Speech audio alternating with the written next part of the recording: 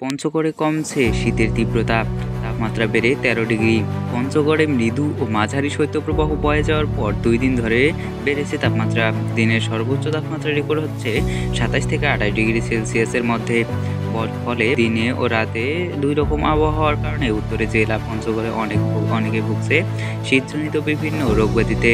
সোমবার 13 জানুয়ারি ভোর 6টায় তাপমাত্রা রেকর্ড হয়েছে 13.9 ডিগ্রি সেলসিয়াস। গত রোববার 12 জানুয়ারি তাপমাত্রা রেকর্ড হয়েছিল 10.5 ডিগ্রি সেলসিয়াস। সকালে বিভিন্ন এলাকা ঘুরে দেখা যায় ঝলমলে রৌদ্রময় সকাল। তাপমাত্রা বেড়ে যাওয়ার আগের থেকে কমছে শীতের মাত্রা। সকালেই ভ্যান চালক, পাথর শ্রমিক, চা শ্রমিক, দিনমজুর থেকে নিম্ন আয়ের মানুষগুলোকে কাজে যেতে দেখা গেছে। শীতের তীব্রতা কমায় জনপদে দেখা গেছে কর্মচাঞ্চল্যতা। তবে স্থানীয়রা বলেছেন এই অঞ্চলের ঠান্ডাটা বেশি মনে হয় রাতের বেলায়। সন্ধ্যার পর থেকে বাড়তে থাকে ঠান্ডার দাপট। রাত বাড়তে থাকলে তাপমাত্রা মনে হয় 0 ডিগ্রিতে নেমে আসে। জেলার প্রথম শ্রেণীর তেঁতুলিয়া আবহাওয়া পর্যবেক্ষণ কেন্দ্রের ভারপ্রাপ্ত কর্মকর্তা জিতেন্দ্রনাথ ঢাকা পোস্টকে বলেন, আজ 2 দিন ধরে তাপমাত্রা বৃদ্ধি পেয়েছে। সোমবার ভোর 6টায় তাপমাত্রা রেকর্ড হয়েছে 13.9 ডিগ্রি সেলসিয়াস।